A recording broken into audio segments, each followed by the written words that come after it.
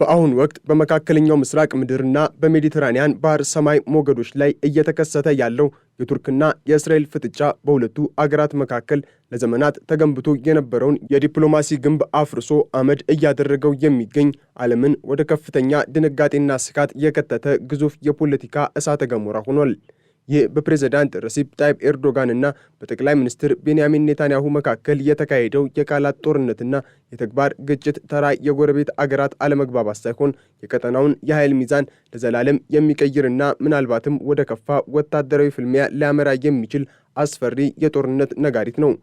በተለይም በቅርቡ የተከሰተው የግሎባል ሱመድ ፍሎቲላ የእርዳታ መርከቦች ጉዳይ ቀድሞውኑም በጥርጣሬና በጥልቁ ጥላቻ ተሞልቶ የነበረውን ግንኙነት ፈንድቶ እንዲበተንና ወደማይመለስበት የጥልቁ ገደል ውስጥ እንዲገባ አድርጎታል።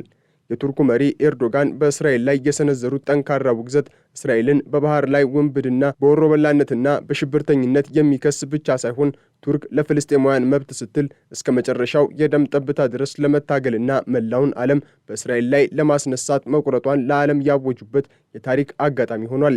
ይህ በሜዲትራኒያን ባህር ላይ የተከሰተው ድራማዊና እጅግ አስፈሪ ክስተት እስራኤል ዓለም አቀፍ ሕግጋትንና የባህር ላይ መርሆችን በግልጽ በመጣስ በዓለም ዙሪያ ካሉ 45 ሀገራት የተውጣጡ የሰብአዊ መብት ተሟጋቾችን፣ ታዋቂ ግለሰቦችንና የሕክምና ባለሙያዎችን የያዙ ከ50 በላይ መርከቦችን በወታደራዊ ኃይልና በኮማንዶዎች መጥለፏን ተከትሎ እየመጣ ነው።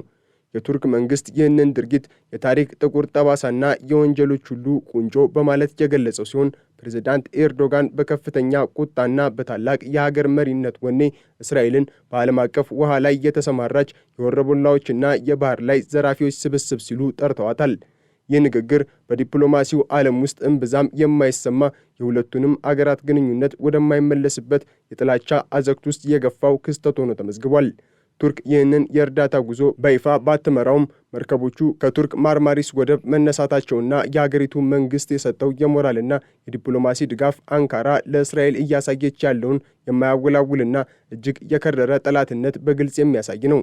እስራኤል በበኩሏ ይህንን ፍሎቲላ እንደ ሰብአዊ እርዳታ ሳይሆን የሐማስን ዕድሜ ለማራዘም የተላከ የመርዝ ጉዞና የጥፋት መረብ አድርጋ በመመልከት በታጠቁ ኮማንዶዎች አማካኝነት መርከቦቹን በቁጥጥር ስር መዋሏ የሁለቱን አገራት ወታደራዊ ክንድ እንዲወጣጠርና የጦርነት ነጋሪት እንዲሰማ አድርጎታል። የሁለቱ መሪዎች ግጭት የግል ጠብ ይመስል እጅግ ወደ ተካረረ፣ ወደ ተቆጣና ወደ ተጋጋለ የንግግር ጦርነት ተሸጋግሯል።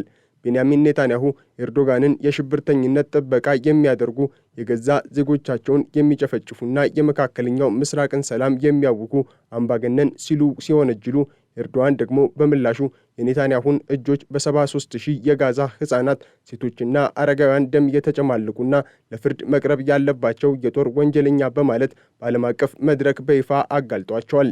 ይህ የቃላት ፍልሚያ በሁለቱ አገራት ሕዝቦች ዘንድም ከፍተኛ ብሔራዊ ስሜትንና ቁጣን ቀስቅሷል። በቱርክ ከተሞችና ጎዳናዎች ላይ በየቀኑ የሚሰማው የእስራኤል ተቃውሞና በእስራኤል በኩል ደግሞ ቱርክን እንደ አዲሷና እጅግ አደገኛው ኢራን የመመልከት አዝማሚያ በቀጠናው ለዓመታት የነበረው ቀዝቃዛ ሰላም ሙሉ በሙሉ አክትሞለት ወደ ትኩስና እሳታማ ፉክክር መሸጋገሩን ያበስራል። በተለይም እስራኤል ቱርክን ከኢራን የሽብር መረብ ጋር በማያያዝ የዓለም ስጋት አድርጋ ለማቅረብ የምታደርገው ስልታዊ ጥረት አንካራን ይበልጥ አስቆጥቷታል።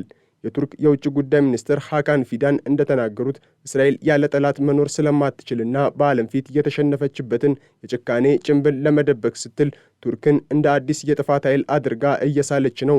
ይህም በሁለቱ አገራት መካከል ያለውን መተማመን ሙሉ በሙሉ መናድ ብቻ ሳይሆን ለወደፊቱ ሊከሰት ለሚችል አስከፊ ጦርነት ዋነኛው መንስኤ ሊሆን የሚችል አደገኛ አካሄድ ነው።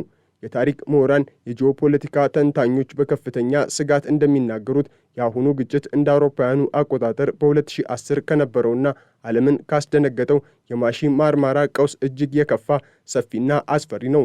በወቅቱ 10 ቱርካውያን ተገድለው የነበረ ቢሆንም አሁን ግን ግጭቱ በአገራት ደረጃ ካለው ፍጥጫ አልፎ ወደ ሃይማኖታዊ የርዕዮተ ዓለምና የክብር ጦርነት እየተቀየረ ይገኛል።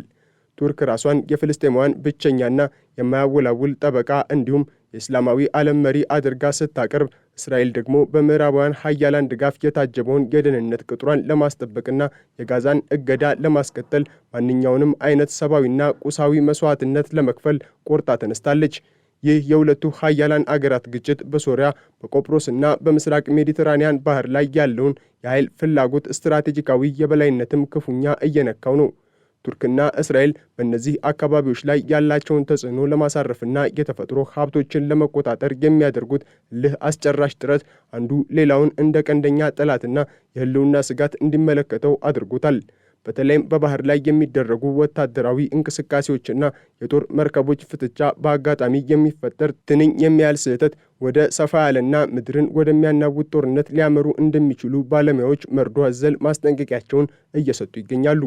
የአሁኑ የግሎባል ሱመድ ፍሎቲላ ክስተት የዓለምን ትኩረት የሳበው በውስጡ በያዛቸው ታዋቂ የሰብአዊ መብት ተሟጋቾችና ከ45 በላይ አገራት በመጡ ቆራጥ ግለሰቦች ብቻ ሳይሆን እስራኤል በዓለም አቀፍ ውሃ ላይ የወሰደችው የኃይል እርምጃ ያስከተለው ሕጋዊ፣ ሞራላዊና ፖለቲካዊ ውዝግብ ጭምር ነው።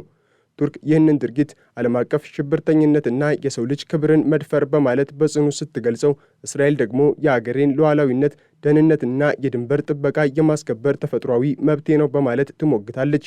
ሆኖም ግን ፕሬዝዳንት ኤርዶዋን ለዚህ ጥቃት የሰጡት ምላሽ ከወትሮው የተለየ እጅግ የከረረና የጦርነት ሽታ የሚነፍስበት ነው። እስራኤል በጋዛ ላይ የምታካሄደው አረመናዊ የዘር ማጥፋት ወንጀልና በባህር ላይ የምትፈጽመው የወረበላነት ተግባር የዓለምን የፍትህ ፍላጎትና የፍልስጤማውያንን የነጻነት ተስፋ ከቶውንም አያቆመውም ያሉት ኤርዶዋን ቱርክ ዓለም አቀፍ ተቋማትን በማስተባበርና ዲፕሎማሲያዊ ክንዷን በመጠቀም እስራኤልን በዓለም አቀፍ የወንጀለኞች ፍርድ ቤት ተጠያቂ ለማድረግ እንደምትሰራም ምለዋል። ይህ ቁርጠኝነት በሁለቱ አገራት መካከል ያለውን የንግድ የደህንነትና የዲፕሎማሲ ግንኙነት ሙሉ በሙሉ እንዲቋረጥ ያደረገ ሲሆን ቱርክ ከእስራኤል ጋር ያላትን የቢሊዮን ዶላሮች የንግድ ልውውጥ በአንድ ጀንበር ማቆሟ ለሰላም የምትሰጠውን ዋጋ ሳይሆን ለፍልስጤማውያን ወንድሞቿ ያላትን ጥልቅ ታማኝነትና ለእስራኤል ያላትን ንቀት ለማሳየት የተደረገ ታሪካዊ የፖለቲካ እርምጃ ተደርጎ ተወስዷል። በሌላ በኩል እስራኤል ቱርክን እንደ አደገኛና ተለዋዋጭ ጠላት የመፈረጅ አካሄዷን አጠናክራ ቀጥላለች።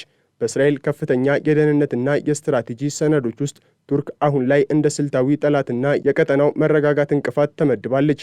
ይህ ማለት እስራኤል ለቱርክ የምትሰጠው ግምት ከኢራን፣ ከሂዝቦላና ከሌሎች ጸረ እስራኤል ኃይሎች ጋር እኩል ሆኗል ማለት ነው።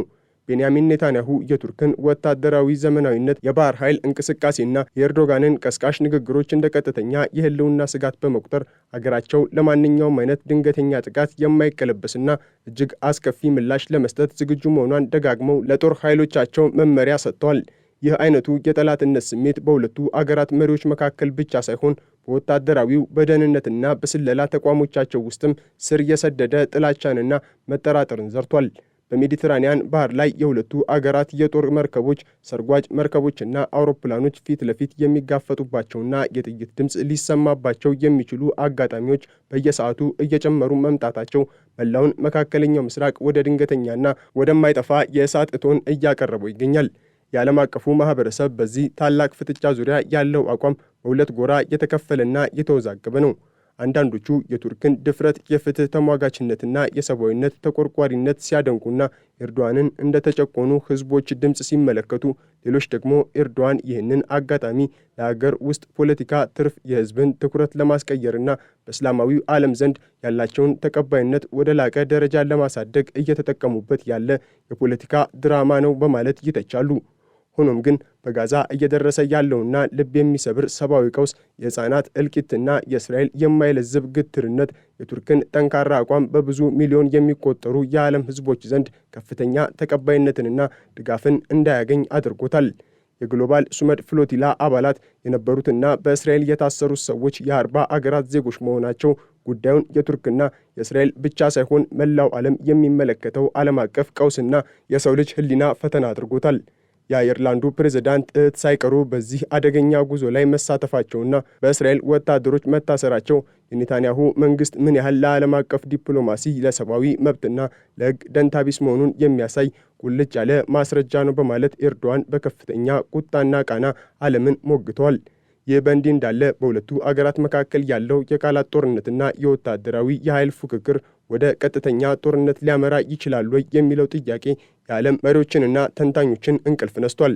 ምንም እንኳን ሁለቱ ወገኖች ቀጥተኛ ጦርነት የሚያስከትለውን እጅግ አስከፊ ውድመት፣ የኢኮኖሚ ውድቀትና የሰው ልጅ እልቂት ቢረዱም አሁን ያለው ውጥረትና ጥላቻ ግን ከመቼውም ጊዜ በላይ ለጦርነት የቀረበና በትንሽ ብልሽታ ሊፈነዳ የሚችል ሆኗል።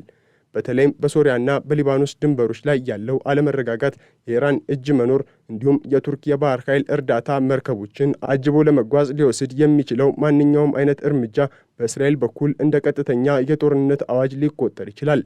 ቱርክ የኔቶ አባል መሆኗና በመካከለኛው ምስራቅ ያላት ግዙፍ ወታደራዊ ኃይል ጉዳዩን ይበልጥ ውስብስብና ዓለም አቀፋዊ ያደርገዋል። እስራኤልና ቱርክ ቢጋጩ አሜሪካ፣ ሩሲያና የአውሮፓ አገራት የሚይዙት አቋም በቀጠናው ላይ ብቻ ሳይሆን በመላው ዓለም ፖለቲካና ደህንነት ላይ ታላቅ ቀውስን መፍጠሩ አይቀሬ ነው። ኤርዶዋን ይህንን ስትራቴጂካዊ ሁኔታ በሚገባ ስለሚረዱ እስራኤልን በቃላትና በወታደራዊ ዛቻ ብቻ ሳይሆን በተግባራዊ የኢኮኖሚ ማዕቀቦችና በዲፕሎማሲያዊ ጫናዎችም ለማዳከም ሌት ተቀን እየሰሩ ይገኛሉ። ፍጥጫው ይበልጥ እየጠነከረ የመጣው እስራኤል ቱርክን አዲሷ ኢራን በማለት በዓለም ፊት ጥላሸት ለመቀባት በጀመረችው ዘመቻ ነው። ይህ ስያሜ ለቱርክ መንግስት ተራ ስድብ ሳይሆን አገሪቱን ከምዕራባውያን ወዳጆቿ ለመነጠልና በኔቶ ውስጥ ያላትን ተሰሚነት ለማዳከም የተወጠነ የሴራ ፖለቲካ ተደርጎ ተወስዷል። ኤርዶዋን ለዚህ ምላሽ ሲሰጡ እስራኤል ራሷ የሽብር ምንጭ መሆኗንና የመካከለኛው ምስራቅ ሕዝቦች በሰላም እንዳይኖሩ የምታደርግ ካንሰር ናት በማለት እጅግ አስፈሪ ቃላትን ተጠቅመዋል። ይህ አይነቱ የንግግር ደረጃ በሁለቱ አገራት መካከል የነበረውን ጥንታዊና ታሪካዊ ግንኙነት ሙሉ በሙሉ መቃብሩን የቆፈረ ሲሆን ለወደፊቱም ቢሆን እርቅና ሰላም የሚታሰብበትን መንገድ ዘግቶታል። የቱርክ ወጣቶችና የፖለቲካ ኃይሎች በኤርዶዋን የጀግንነት ንግግር ተነሳስተው በእስራኤል ላይ ያላቸው ጥላቻ እየጨመረ ሲሆን፣ በእስራኤል በኩል ደግሞ ቱርክን እንደ ቀዳሚ የጠላትነት ጎራ መፈረጅ የብሔራዊ ደህንነት ፖሊሲ አካል ሆኗል። በተጨማሪም በምስራቅ ሜዲትራኒያን ባህር ውስጥ የሚገኘው የተፈጥሮ ጋዝ ክምችት የፍጥጫው ሌላኛውና ዋነኛው ገጽታ ነው። እስራኤል፣ ቆጵሮስና ግሪክ በመተባበር ቱርክን በዚህ የሀብት ተጠቃሚነት ለማግለል የሚያደርጉት ጥረት ኤርዶዋን የባህር ኃይላቸውን ወደ አካባቢው እንዲያሰማሩና ለእስራኤል መርከቦች ግልጽ ማስጠንቀቂያን እንዲሰጡ አድርጓቸዋል። ይህ የሀብት ሽሚያና የድንበር ውዝግብ ከጋዛ ጉዳይ ጋር ተዳምሮ ሁለቱን አገራት ወደማይቀረው ወታደራዊ ግጭት እየገፋቸው ይገኛል። ቱርክ ሰማያዊ አገሬ በሚለው ዶክትሪን መሰረት በባህር ላይ ያላትን የበላይነት ለማረጋገጥ ስትታገል፣ እስራኤል ደግሞ የኢኮኖሚና የደህንነት ሕልውናዬን የሚነካ ማንኛውንም እንቅስቃሴ በኃይል አቆማለሁ በማለት ዝግጅቷን አጠናክራለች። ይህ የጥቅም ግጭት በፖለቲካዊ ውዝግብ የታጀበ በመሆኑ በቀጠናው ላይ የሚታየው ጥቁር ደመና ወደ ሰላም ዝናብ ሳይሆን ወደ ደም መፋሰስ ሊቀየር እንደሚችል ስጋቱ ከአድማስ በላይ ሆኗል። የቱርክና የእስራኤል ግንኙነት ወደ ቀድሞ ሰላማዊና መደበኛ ሁኔታ ይመለሳል ብሎ ማሰብ በአሁኑ ወቅት እንደ ከንቱ ቅዠትና የማይመለስ ነገር ይቆጠራል። በሁለቱ ሀገራት መካከል ያለው ጥላቻና አለመተማመን ከፖለቲካዊ ልዩነት አልፎ ወደ ጥልቅ የታሪክ የሃይማኖትና የማንነት ግጭት ተሸጋግሯል።